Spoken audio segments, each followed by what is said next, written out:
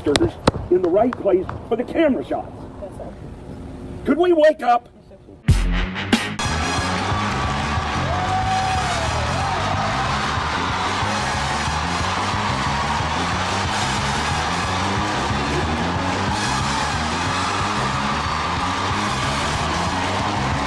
For a lot of different reasons, we've always known that Rod Parsley was a fake, a phony, a charlatan. He could not spell Bible if you gave him the B, the I, the B, the L, and the E. Rod Parsley does not comport with the standards of the scriptures whereby a person should be a pastor. The qualifications he fails to meet. He's not able to teach. As a matter of fact, he intentionally twists the scriptures.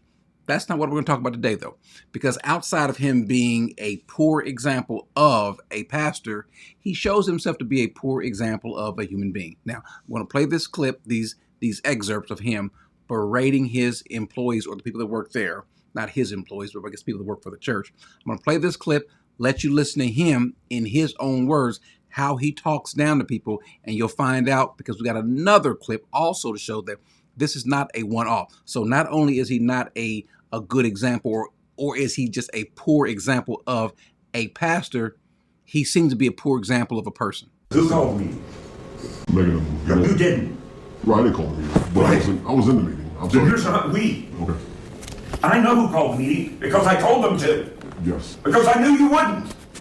And you didn't. But we're ready for baptism. No, you're not. I can. Well, No, you're not. Well, let me walk you through. It'll take me 10 minutes to prove to you you're not. Okay, then. Whatever you say, sir.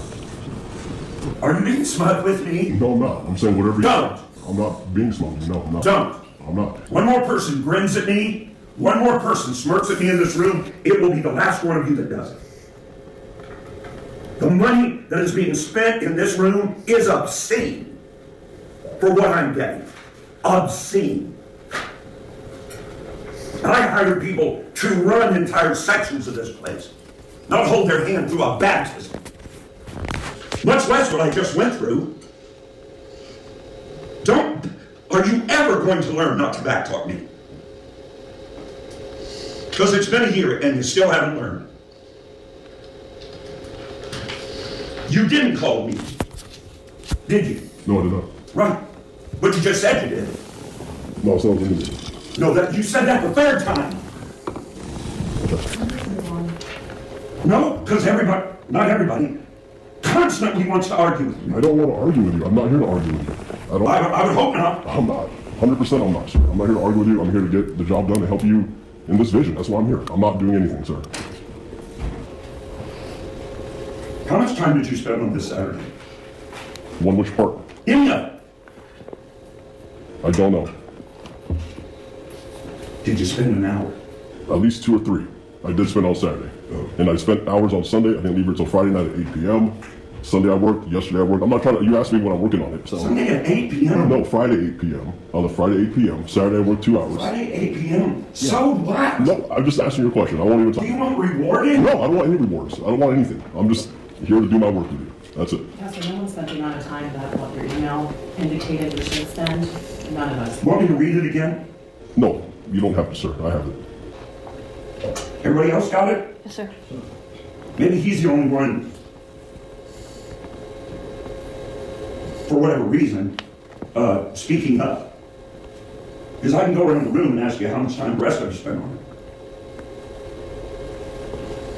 Would you like me to do that? Anyone? Anyone? When you start listing out hours, you're on the wrong side of the track. I'm not listening. I'm not doing that, sir. That's not. You just That's not did! what I was trying to do. Pastor, I'm not trying to do that. He was attempting to answer your question of time spent. Again, let's just move on. Let's just move on. I'm so weary with it. I can't live. I'm so weary with it. I understand.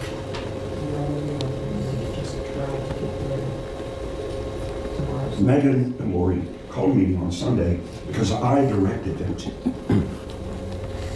Is that clear? Yes, sir. I sat down and wrote this. Is that clear? Yes, sir. Yes. Why should I have to do that?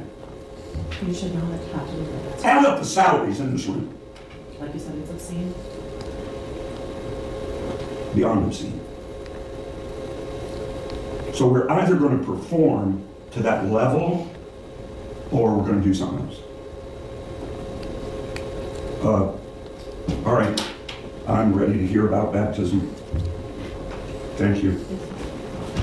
Do you want to start with mark your name or follow up? Or What I wanted to know is how many of these 18 people that this other so-called department here has made such a god-awful screwed up. How could you plan anything so stupid?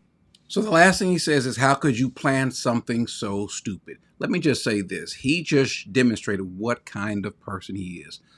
I'm not saying he's trash, but what he just showed us was trash, garbage. That is just completely unacceptable. That is what the world would do, as though you're running a business meeting. Now let's go back and think about what he just said. He asked them, how long did you spend working on this? How many hours? And so he answers. And then he gets mad at him for telling him how long. But you just asked him that. So he gives you what you asked for, and then you berate him for giving him what you asked him to give you. He asked him, let's add up all the salaries in this room, as though the amount that you're paying them is payment for being berated. You're not godly at all. You're not loving at all. The Bible is clear. Let's just go to the scriptures. One, let's go to the passages about qualifications. It's a trustworthy statement that if any person aspires for the office of an overseer, which he is, the overseer must be above reproach. Nope, wrong, not anymore. If you ever were the husband of one wife, temperate. No, we see that now. And this is not a one-off. We're going to show you an example of this, another example in just a second. Prudent, respectable. Nope. Hospitable. No. Able to teach. That's always been the allegation. You've never been able to teach. A horrible exegete. Not addicted to wine or pugnacious. Matter of fact, that might actually be an excuse. Not a good excuse, but an excuse. Hey, the man's on drugs. The man's drunk. No, he's just an old, senile heretic with no love in his heart. But gentle, no. Peaceable, no. Free from the love of money, definitely not. So here we see a clear example of who he should be, but he's not. Now, in case you think this is a one-off, let's just give an example of him. Actually, I guess they're planning to go do something, some sort of filming or something. I think that's what it is in Israel. And this is a different occasion. And he, again, is berating the people for, I guess, not doing what he thinks they ought to be doing. In the right place for the camera shots. Could we wake up?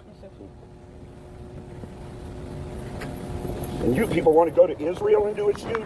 You can't do one on the property. Why do I bring the volunteers out here to do all the stuff? My granddad died last Saturday. Don't you lift your voice to me and stay home. You want to go home? Yes or no?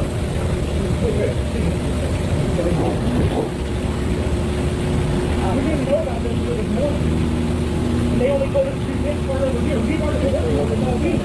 Oh, no, one man all week to learn a power. Okay, so what do we know what entrance that we'll talk about and block it off? Can you get your job? Is this the entrance you say block off? You don't know nothing. Now, the guy said that, and I'm not sure there's a mix-up. I don't know what's going on. Don't know what's going on. It's not important. The man did offer. He said that his granddad died last week, and his response to him was just horrible. Horrible. Peter says, therefore I exhort the elders among you as a fellow elder and witness of the suffering of Christ and a partaker also of the glory that is to be revealed. Shepherd the flock of God among you, exercising oversight, not under compulsion. Well, he doesn't get that. He doesn't check that box, but voluntarily, according to the will of God. And not for sordid gain, which he never got a check for that. Not for sordid gain, but with eagerness, nor yet as lording it over those allotted to your charge. Again, this is him failing in that area, but proving to be an example to the flock. That's a horrible example. It's a trash example of what he's doing.